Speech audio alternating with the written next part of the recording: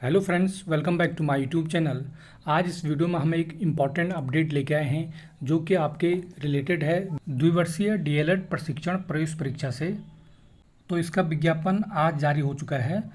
तो इस फॉर्म को भरने के लिए आपको इसकी जो ऑफिशियल वेबसाइट है ukdled.com, इस पर जाकर आप ये फॉर्म भर सकते हैं। तो जैसे ही आप इसकी ऑफिशियल वेबसाइट पे जाएंगे तो आपको कुछ इस तरह का इंटरफेस दिखेगा। तो इसमें आप देख सकते हैं लिखा है Uttarakhand board of school education. तो यहाँ पर आप देख सकते हैं आवश्यक सूचना लिखी गई है जिसमें लिखा है कि डीएलएड 2022 और 23 के आवेदन की महत्वपूर्ण तिथियाँ क्या क्या हो सकती हैं। तो सबसे पहले लिखा है आपका पंजीकरण प्रारंभ होने की तिथि, यानी कि जो रजिस्ट्रेशन आपका स्टार्ट होगा वो होगा आपका 5 सितंबर 2024, यानी कि कल से आपका रजिस्ट्रेशन शुरू हो जाएगा। तो आप लोग कल से अपना फॉर्म फिलअप कर सकते हैं। दूसरा है पंजीकरण की अंतिम तिथि, जो आपका रजिस्ट्रेशन है उसकी जो लास्ट डेट है वो यहाँ पर मेंशन की गई है, दैट इज़ 28 सितंबर 2024। भुगतान की अंतिम तिथि यानी कि जो आप फीस सबमिट करेंगे उसकी जो लास्ट डेट है वो क्या है आपकी 30 सितंबर 2024 है।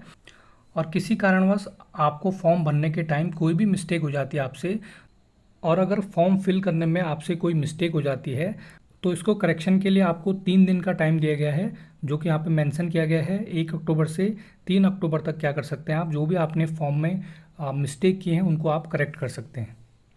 तो इस फॉर्म की डिटेल इन्फॉर्मेशन देखने के लिए आपको जो यहाँ पर इन्फॉर्मेशन ब्रोचर दिया गया है इस पर आपको क्लिक करना है।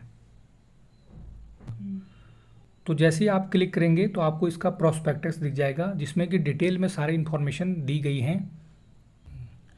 तो यहाँ पर आप देख सकते हैं जो इसकी प्रस्तावित परीक्षा तिथि है वो 30 नवंबर 2024 को दी गई है।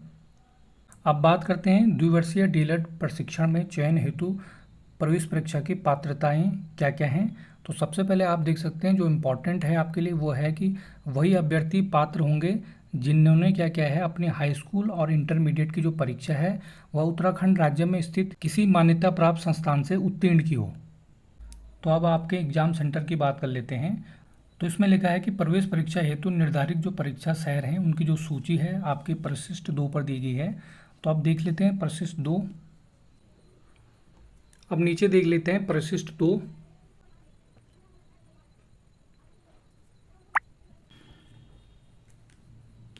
तो यहाँ पर आप देख सकते हैं 13 डिस्ट्रिक्ट दिए गए हैं और उनके अलग अलग सेंटर दिए गए हैं।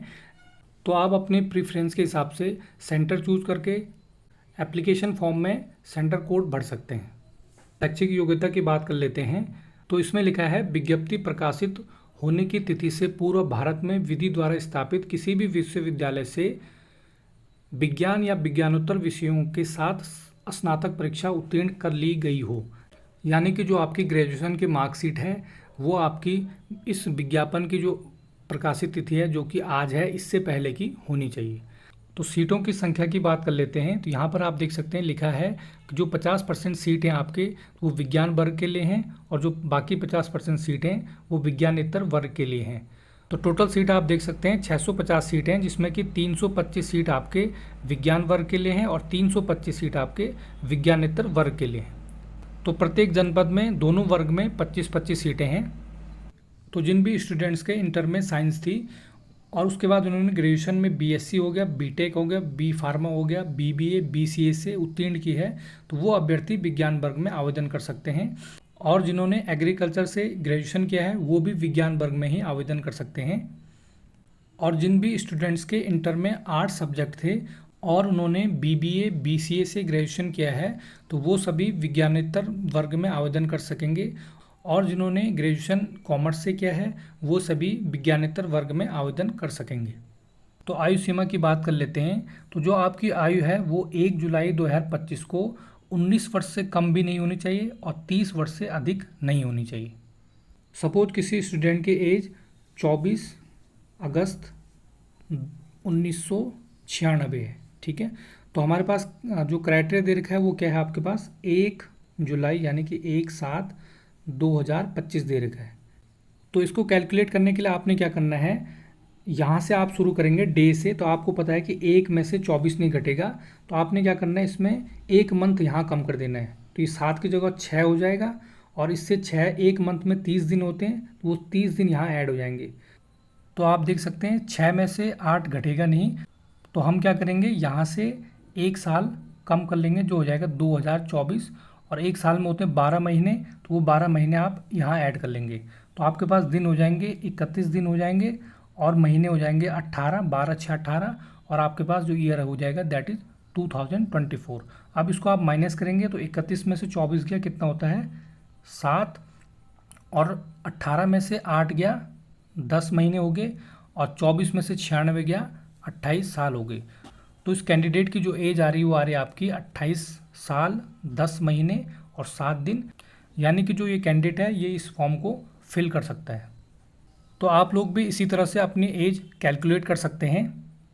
तो सिलेक्शन की जो प्रोसेस है उसको देख लेते हैं। इसमें लिखा है कि जो प्रवेश परीक्षा में प्राप्त अंकों की मेरिट के आधार पर आपका चयन किया जाएगा। तो अब बात कर लेते हैं रिटन एग्ज़ाम की।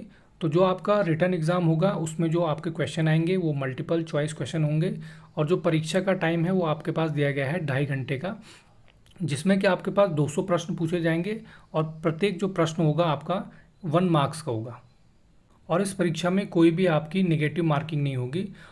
तो इस परीक्षा में जो क्वेश्चन आएंगे वो आपके रिलेटेड होंगे, जनरल नॉलेज से हो गया, आपका रीजनिंग हो गया, मैथ्स हो गया, और टीचिंग एप्टीट्यूड। तो इस एग्ज़ाम के लिए जो आपकी फ़ी होगी जनरल और ओबीसी वालों के लिए 600 रुपये है, एसटी हो गया, एससी हो गया, उन अभ्यर्थियों के लिए 300 रुपये हो गया, और जो आपके दिव्यांग अभ्यर्थी हैं उनके लिए मात्र 150 रुपये है। तो एप्लीकेशन फॉर्म भरने के लिए जो इम्पोर्टेंट इंस्ट्रक्शन है उनको एक बार पढ़ लेते हैं। तो आपको अपनी शैक्षिक योग्यता के आधार पर विज्ञान वर्ग या विज्ञानेतर वर्ग का चयन करना है।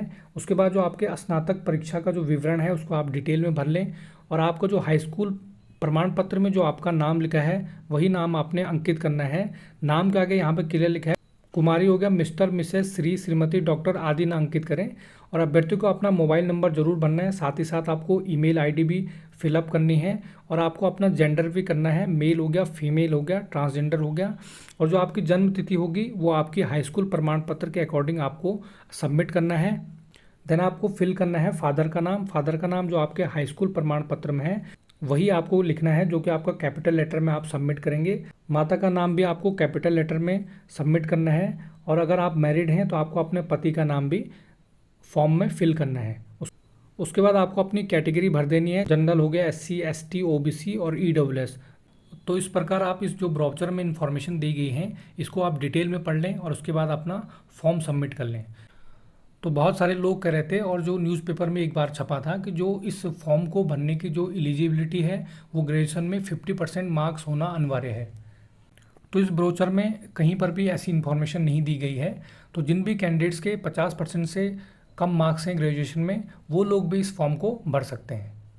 तो फ्रेंड्स इस वीडियो में इतना ही। अगर आपको ये इन्फॉर्मेशन हेल्पफुल लगी है तो इस वीडियो को लाइक करें, अपने फ्रेंड्स के साथ शेयर ज़रूर करें, और अगर आप चैनल पर नए हैं या आपने अभी तक हमारे चैनल को सब्सक्राइब नहीं किया तो हमारे चैनल को सब्सक्राइब ज़रूर करें। तो फ्रेंड्स मिलते हैं जल्दी ही नेक्स्ट वीडियो में।